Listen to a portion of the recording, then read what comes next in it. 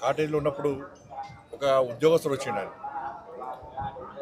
Sir, హిందువుల ఆస్తి, హిందువుల హక్కు తిరుమల తిరుపతి దేవస్థానం.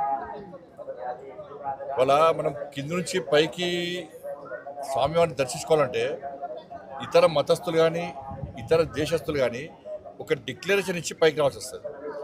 స్వామివారి విశ్వాసం నమ్మకం ఉంది అని చెప్పి ఒక డిక్లరేషన్ ఇచ్చి రావాల్సి వస్తుంది. ఇది గతం నుంచి జరుగుతున్న ఆనవాయితీ. కానీ దురదృష్టవశాత్తు ఏంటంటే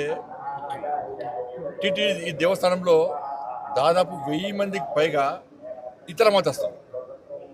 స్వామివారి మీద విశ్వాసం నమ్మకం లేదు, హిందూ సనాతన ధర్మం మీద వారికి ఆలోచన లేదు, ఆ సనాతన ధర్మాన్ని కాపాడాలి, సనాతన ధర్మానికి అనుగుణంగా వివరించాలని చెప్పి ఆలోచన వరకు లేదు.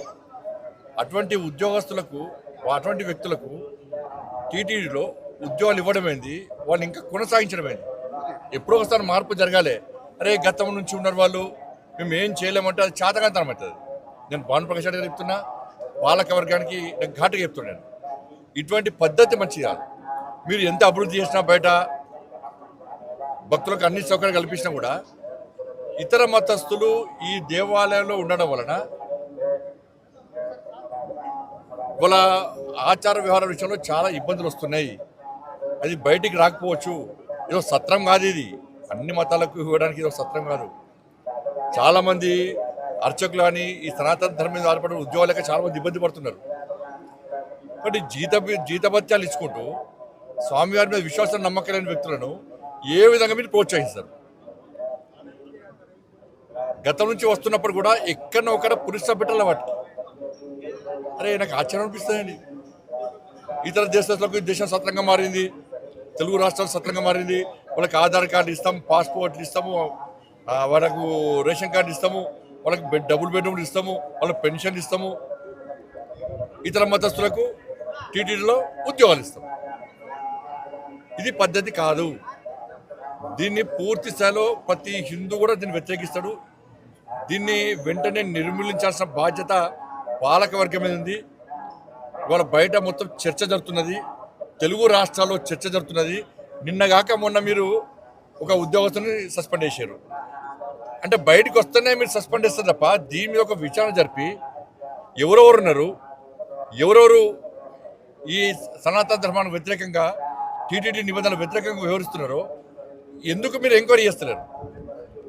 ఎందుకు నిర్మించలేకపోతున్నారు? ఇది ఓట్ బ్యాంక్ పాలిటిక్స్ కాదు. ఓట్ బ్యాంక్ పాలిటిక్స్ కోసం కూడా టీటీడీని ఉపయోగించుకుంటే అంతకన్నా మూర్ఖత్వం ఇంకోటి కాదు, ఈ పిరిగితనం ఇంకోటి కాదు. నేను దయచేసి మళ్ళీ విజ్ఞప్తి చేస్తున్నా, ఇది ఏ ఒక్కరి ఆస్తి కాదు, ఇది హిందువుల ఆస్తి. స్వామివారి విశ్వాసం నమ్మకం అంటే హిందువుల యొక్క ఆస్తి తిరుమల తిరుపతి దేవస్థానం. అటువంటి ప్రాంతంలో ఇతర మతస్థులకు ఉద్యోగాలు ఇచ్చేటువంటి పరిస్థితి నుంచి బయటికి రావాలి. ఉన్న ఉద్యోగస్తులను వెంటనే తొలగించాల్సిన బాధ్యత వాళ్ళ టీటీడీ పాలక మండలి ఉన్నది. నిన్న మతము రెచ్చగొట్టడం కాదు, వాస్తవం. ఒక మసీద్కి వచ్చి చర్చి పోయి ఒక నామం పెట్టుకొని నేను పోతే నాకు ఉద్యోగం ఇస్తారా? నాకు రాణిస్తారా నన్ను? అరే మసీదులో చర్చిలో మాత్రం ఇతర హిందువులకు అవకాశాలు ఉన్నాయి. కానీ ఇదే సత్రం అయిదమన్నా ఇక్కడికి వస్తున్నాయా పైసలు ఆస్తి అంతా కూడా? ఎవరు ఆలోచన ఇది? ఎప్పుడు మారుతుంది? ఇంకా మారాల్సిన బాధ్యత, మార్చాల్సిన బాధ్యత ఉందా లేదా? ప్రభుత్వాలు మారుతున్నాయి, పాలక మండళ్ళు మారుతున్నాయి, కానీ ఈ పద్ధతి మాత్రం ఇతర మతాలు తొలగించడం మాత్రం మారతలేదు. ఈ పద్ధతి మంచిది కాదు. దీన్ని వెంటనే నిర్మించాల్సిందిగా నేను డిమాండ్ చేస్తున్నాను. ఇది మంచి పద్ధతి కాదు.